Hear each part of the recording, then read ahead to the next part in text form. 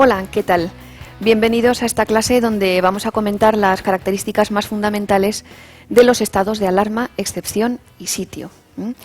Sabemos que nuestra Constitución protege especialmente los denominados derechos fundamentales y libertades públicas, están especialmente protegidos por su entidad, por su importancia, pero en estas situaciones, digamos, de anormalidad, donde pues, se producen con facilidad alteraciones de orden público, etcétera, pues es posible que puedan llegar a suspenderse este tipo de derechos. De ahí que las principales características en las que nos vamos a centrar van a ser las siguientes, partiendo, eso sí, del artículo 116 de la Constitución y de la ley orgánica que regula estos derechos, o que desarrolla, mejor dicho, este artículo, que es la de 1 de junio de 1981, son estas las, como digo, principales características. Se han de tratar, por tanto, de circunstancias extraordinarias, evidentemente para tomar una decisión de decretar o declarar un estado de esta magnitud, ha de ser circunstancias, como os decía, pues atípicas o cuando menos graves, extraordinarias. Las medidas que se van a adoptar son aquellas estrictamente necesarias, indispensables, por tanto, y siempre en proporción a la situación que suceda. Continuarán, eso sí, en su funcionamiento normal los poderes constitucionales del Estado, legislativo, ejecutivo, judicial. Todo esto será objeto de la máxima difusión por parte de los medios de comunicación, tanto de índole pública como de aquellos otros medios privados que así se determinen. Y siempre la declaración, el decreto de que se trate, se publicará de forma inmediata en el Boletín Oficial del Estado. Además, algo importante a tener en cuenta y es que el mismo día en que se publica en el Diario Oficial será cuando entre en vigor. Insistimos en que lo importante es que su duración, además, será la estrictamente indispensable. De ahí que los plazos que prevé esta ley orgánica tampoco es que sean excesivamente largos. El estado de alarma podríamos decir que es el que menos grave de entre de los tres, por así decirlo, podríamos considerarlo. Los presupuestos que han de concurrir son fundamentalmente que se trata de una alteración grave de la normalidad, pues por una serie de situaciones, como puedan ser alguna de las que os citamos aquí, una crisis sanitaria importante, como puede ser una epidemia, un terremoto, una inundación, incendios o accidentes de gran magnitud, que se paralicen servicios esenciales o que llegue incluso a producirse una situación de desabastecimiento de productos de primera necesidad. Todo esto serían situaciones que podrían hacer declarar el estado de alarma. En la práctica realmente tampoco se ha decretado más que en una sola ocasión, luego nos referiremos a ello. Se puede declarar, además, en todo o en parte del Estado. Es posible, por tanto, que el presidente de una comunidad autónoma que considere que en su territorio deba declararse, se lo solicite, por tanto, al Gobierno de la Nación. Por lo cual es posible, digamos, que en parte del territorio únicamente se decrete y no en su totalidad. En principio yo me refería a los plazos breves, principalmente pensando en el estado de alarma. En principio, como digo, la ley orgánica que lo regula prevé 15 días, pero eso sí, se pueden prorrogar hasta más tiempo si así se considera necesario. Va a ser declarado por medio de un decreto adoptado en el Consejo de Ministros. Será, por tanto, el Poder Ejecutivo quien lo decrete. Eso sí, independientemente de ello, a posteriori dará cuenta al Congreso de los Diputados. Y este estado de alarma es la principal característica que además lo va a diferenciar del resto de estados. En el estado de alarma no ha lugar a la suspensión de derechos. Así lo decreta la Constitución, su ley orgánica. Importante también tener en cuenta que las autoridades civiles de la administración del territorio afectado, policías y demás funcionarios, tendrán que estar bajo o cumplir las órdenes de la autoridad competente, que en este caso será el Gobierno. En el mismo decreto se podrán acordar ciertas medidas, como es el caso de limitar la circulación de personas o de vehículos en parte o en todo el territorio, indicando concretamente las horas y los lugares en que tendrá lugar esta medida. Podrán incluso practicarse requisas temporales, podrán llegar a intervenirse pues, transitoriamente empresas, sea fábricas, industrias, etcétera, o limitar incluso, ¿por qué no?, el uso de determinados servicios, siempre dependiendo de la situación de que se trate, evidentemente. Me refería hace un momento al único estado de alarma que se ha decretado hasta la fecha y fue debido a la huelga de controladores aéreos que tuvo lugar en diciembre de 2010. El 4 de diciembre concretamente se decretó por parte del Gobierno, entonces, debido a la huelga de controladores aéreos, como decimos, y a la paralización del tráfico aéreo. ¿Qué sucedió? Pues que al tratarse de un servicio público básico, esencial, el Gobierno consideró que había que decretar este estado de alarma.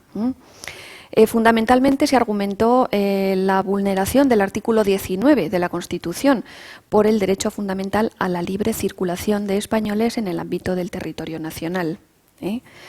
El vicepresidente primero del Gobierno entonces, Pérez Rubalcaba, dijo claramente que si no acudían a sus puestos de trabajo, como veis aquí, pues pasarían a incurrir en un delito de desobediencia. Delito de desobediencia tipificado en el Código Penal Militar, puesto que se designó a una autoridad militar bajo la que tenían que cumplir órdenes.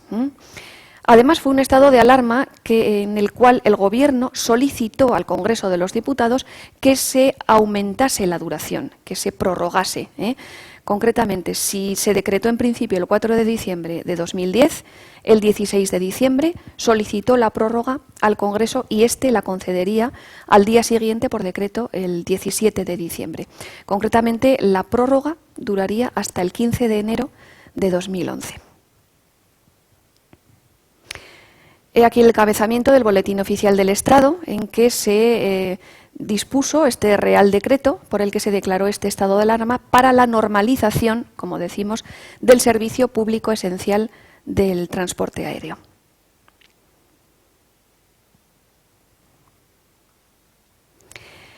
El estado de excepción, para decretar este estado han de concurrir presupuestos ya de una índole más grave, digamos. Una alteración grave, insistimos, del libre ejercicio de derechos y libertades, del funcionamiento de las instituciones y o de servicios públicos. En cualquier caso, vemos que es el Gobierno el que emite un decreto para declarar este estado de excepción, pero en este caso no da cuenta a posteriori al Congreso, sino que tiene que ser previamente autorizado por este.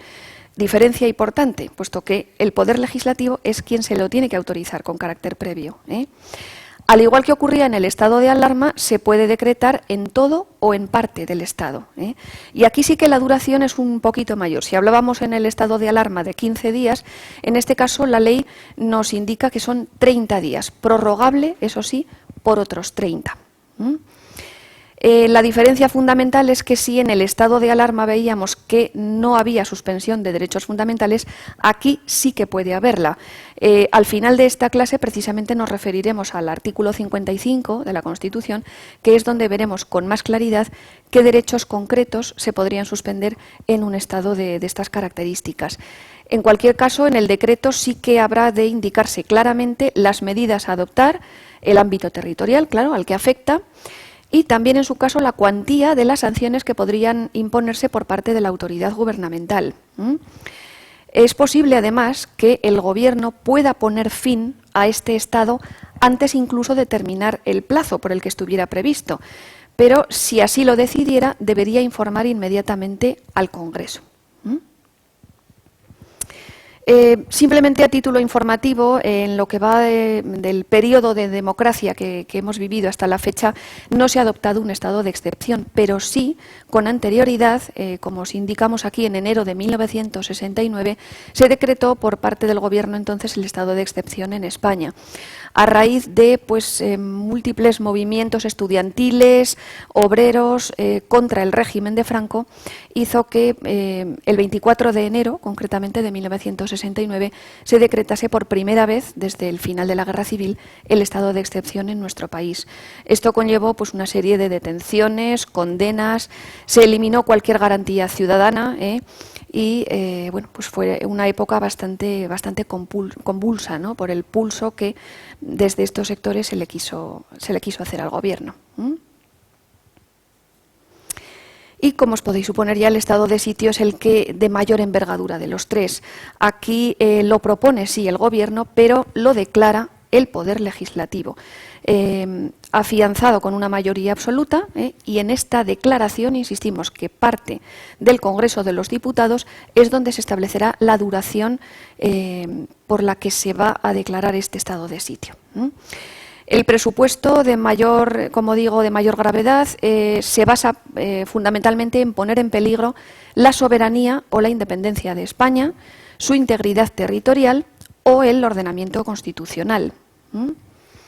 El Gobierno, además, deberá designar la autoridad militar que ejecutará las medidas que se dispongan en esta declaración. Y aquí sí que, si en el estado de excepción veíamos que era posible suspender derechos fundamentales, aquí todos estos derechos fundamentales que se puedan suspender en el estado de excepción se podrán suspender en el estado de sitio, además de alguno más al que ahora nos vamos a referir. ¿Cuál es el artículo de nuestra Constitución que prevé esta suspensión de derechos y libertades? Pues el artículo 55. El artículo 55 es el que detalla los derechos que se podrán suspender en uno y en otro caso. El estado de sitio de momento todavía no ha sido declarado, y como veis son estos los artículos que se podrían suspender en el estado de excepción. Vamos a ir poco a poco.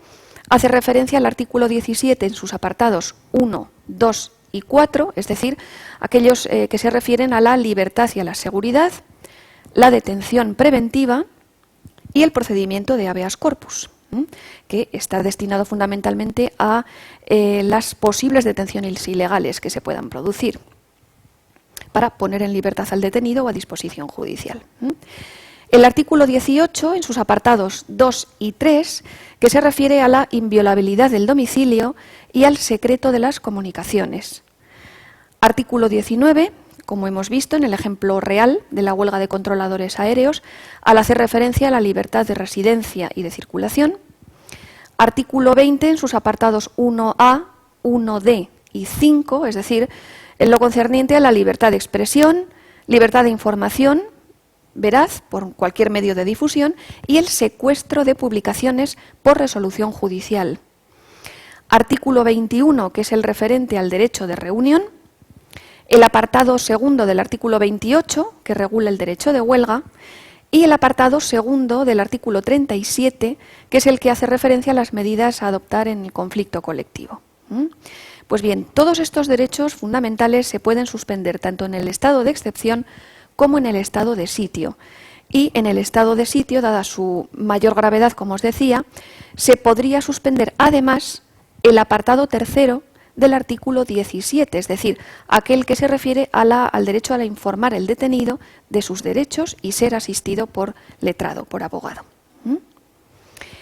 Pues estas son las características fundamentales que presiden estos estados de alarma, excepción y sitio a las que nos hemos querido referir, y sobre todo que tengamos muy en cuenta cuáles son específicamente los derechos cuya suspensión podría tener lugar en los dos últimos estados que hemos comentado.